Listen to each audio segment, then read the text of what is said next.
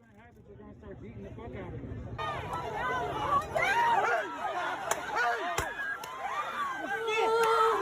You're not doing anything, you fucking thing!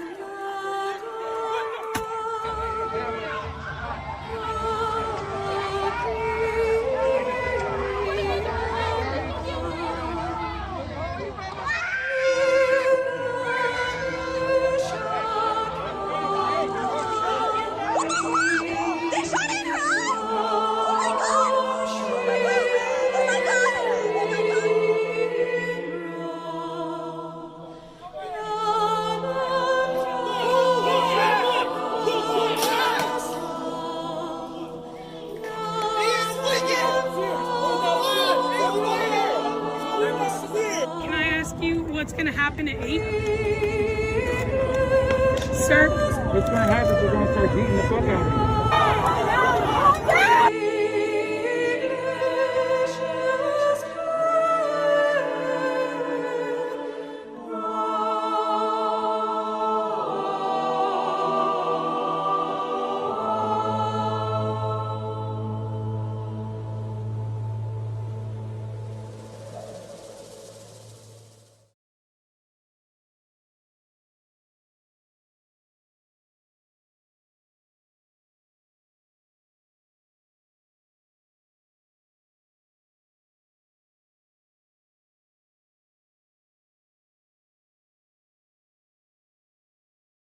In 1998, Metal Gear Solid was released.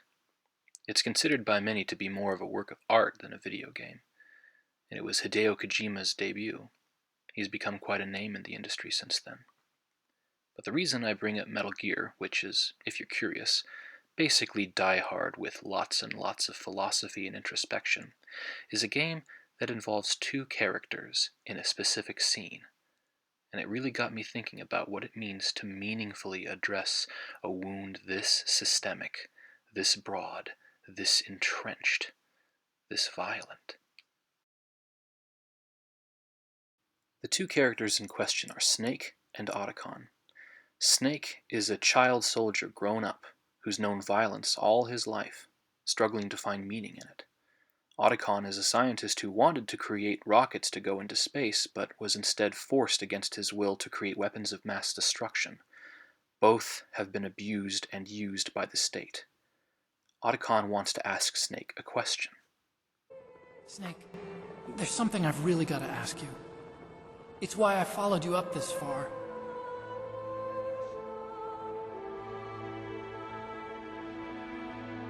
Have you ever loved someone? That's what you came to ask? No, I mean, I was wondering if even soldiers fall in love. What are you trying to say? I want to ask you, do you think love can bloom even on a battlefield? Yeah, I do. I think at any time, any place, people can fall in love with each other. But if you love someone, you have to be able to protect them. I think so too. Otacon's question got me thinking. Our love is empty if we are not wounded upon witnessing injustice, and that wound is meaningless unless it puts our wills in motion to overcome that injustice by whatever means are in our power. And I am convinced that theology and spirituality without political dimensions are incomplete. If you love someone, what good is your love if you cannot act on their behalf when they are suffering? Love is not afraid of taking up the sword. Love can bloom even on a battlefield. Everything is political, especially in the 21st century. And in a world like ours where the wound is systemic in nature, if our spiritualities and theologies are not politically forceful, what good are they to the oppressed? Personally, I think that the reason why Black Lives Matter has taken off the way that it has is because it is the beginning of the recognition of this truth, that love is not pacifist.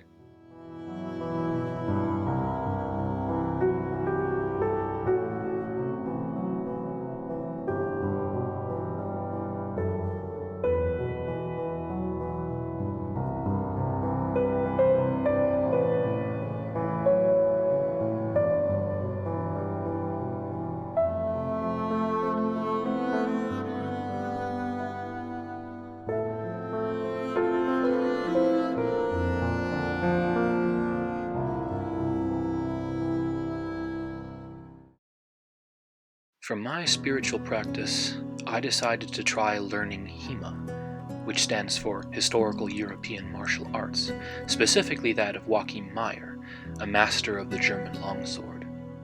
I'm still not very good at it and my technique is shoddy, but I've learned a lot from the longsword. I learned that if you grip the sword too tightly, with tension in your hands, your cut will be inefficient and you won't make good use of your body's biomechanics. It's also a tactical weakness to be tense or too forceful. When you meet your opponent in the bind, that is, when you are both touching blades, too much force will make it easy for the opponent to use your own force against you, dropping under or over the blade with little effort, leaving you exposed. To be skilled in the German longsword means using force while also carefully managing it. I find that anger over injustice is the same. When we hold the tension inside us, we pollute our internal universe, and the overwhelming power of the system's injustice can lead us to spend ourselves into an impotent despair at being unable to make things right. We put all our energy into a useless strike, and our opponent uses our own emotions against us until we give up trying to challenge their power. Anger itself is not the problem, but rather how we enter into relationship with it. Balancing anger and despair is not easy, and I constantly fail at it. But I'm slowly learning how to channel my anger in a life-giving and healing way. Love can wield a sword, but the sword has always been associated with death and war. How can a sword be life-giving or healing?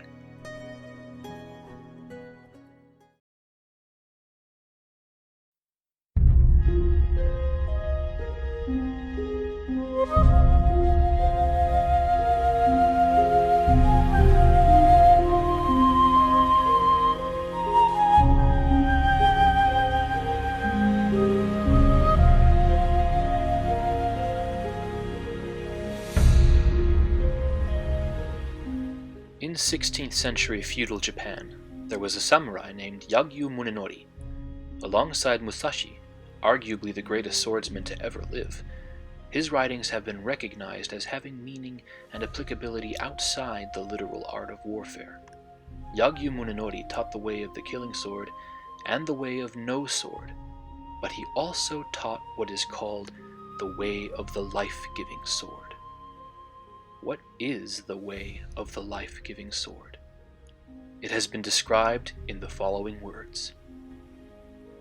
It is biased to think that the art of war is purely for killing people. It is not to kill people. It is to kill evil. It is a stratagem to give life to many by killing the evil of one person. People too will take an opportunity to do evil, and when that evil has come to fullness, it must be struck down. That is why it is said that the use of weapons can also be the way of heaven. Because of the evil of one man, thousands may suffer. But by killing the evil of one man, thousands may live. Conquering evil, not the opponent, is the essence of swordsmanship.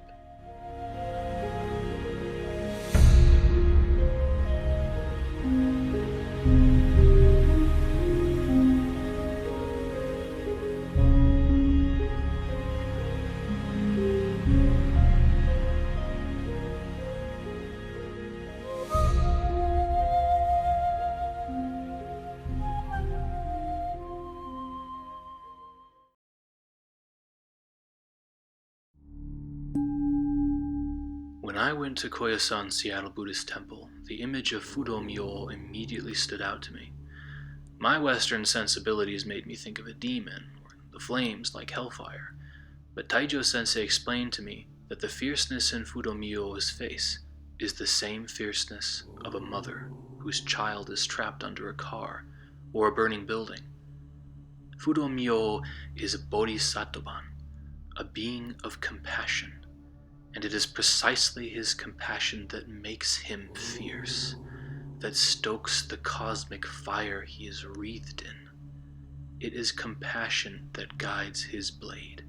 He is a protector. He wields the life-giving sword. All traditions have strengths and weaknesses. For Christianity, the weakness is the inability to justify theodicy. For Buddhism, it is the lack of sense of justice in the world. To that end, being a Buddhist who burns with indignation over the wounds of capitalism and state violence is frustrating, to say the least. In a way, caring about injustice while attempting to walk the Noble Eightfold Path is deliberately choosing to suffer. And I do. I do suffer. It is hard for me not to bear the weight of the world on my shoulders, and so I suffer because I cannot change it. This is not healthy in the long term. I also remembered what Taijo-sensei taught me about Fudo-myo, how he is Bodhisattva, who keeps one foot in nirvana and one foot in the suffering world. He chooses to stay to help others. I choose to suffer from socioeconomic injustice because it is part of how we as a collective consciousness may learn to engage in a turning of the 12 wheels in order to address our collective suffering. The next step in an evolution of consciousness will only come about when the toxins of capitalism are fully purged, so that we may rediscover our shared humanity. What is this shared humanity that we must rediscover? To answer this question, I go to Pyotr Kropotkin, an anarcho-communist writer and naturalist who renounced his considerable material wealth in solidarity with the working class. Roughly contemporaneous with Kropotkin was Charles Darwin, whose theory of evolution sparked an intellectual stream that has led to the justification of social Darwinism, which capitalists quickly adopted into their philosophy. Herbert Spencer coined the phrase survival of the fittest, and he applied this dog-eat-dog approach to human society. He argued that existence is perpetual competition with the individual against the world. The most successful organisms are those that beat out the competition. That sounds very familiar in a capitalist society, doesn't it? Kropotkin argued the opposite, saying this: the species in which peace and mutual support are the rule prosper, while the unsociable species decay. Don't compete. Competition is always injurious to the species, and you have plenty of recourses to avoid it. In the long run, the practice of solidarity proves much more advantageous to the species than the development of individuals endowed with predatory inclinations. Effectively, what Kropotkin is saying is that it is our human nature to exhibit empathy, to be compassionate, to help, and to share wealth together. Our ability to engage in mutual aid is what made us survive and thrive as a species. In terms of the evolution of consciousness, it is mutual aid that defines human life. From the very first moments, a baby is dependent on its mother. Competition has no place in their relationship. Capitalism made us forget this. It taught us to view everything as a commodity or as a potential commodity. It indoctrinated us into an atomized and isolating way of thinking that fools us into believing that it's through rugged individualism, pulling oneself up by one's bootstraps, and just making it on one's own that we thrive. But that's a lie. It is the very knife that inflicted the wound in the first place. Understand, it is not that humans are incapable of compassion under capitalism, but that impulse has been buried, disincentivized, suppressed. And its lack, its absence, it makes us suffer. And we know that deep down. Until we see through the lies and rediscover our capacity for mutual aid at the core of our humanity, consciousness will never evolve to the next step. The way of the life-giving sword is not for everyone. Expressing love that is not pacifist is not for everyone. But it is for everyone to practice mutual aid, to struggle together against those preventing us from healing the wound. We must each look deep inside ourselves and heed where our anger at injustice directs our energy. We must each recognize the turning of the 12 wheels. That is, that we suffer, that we know the socioeconomic and political causes of our suffering, and that a better way is possible. All we have to do is realize it. Someone caused the wound, and continues to cause the wound. The next turning of the wheel is to strike down the evil of the system. I have dwelt on the despair of the wound long enough. It's said in leftist circles that you must not allow the suffering and the injustice of the world to cause you to despair. Instead, you must let it radicalize you. Let it stoke the flame of the bodhisattvan within you. Let it color everything about your spirituality, your theology. Let it turn your eyes towards evil, and let it give you the power to strike that evil down so that the wound may finally heal.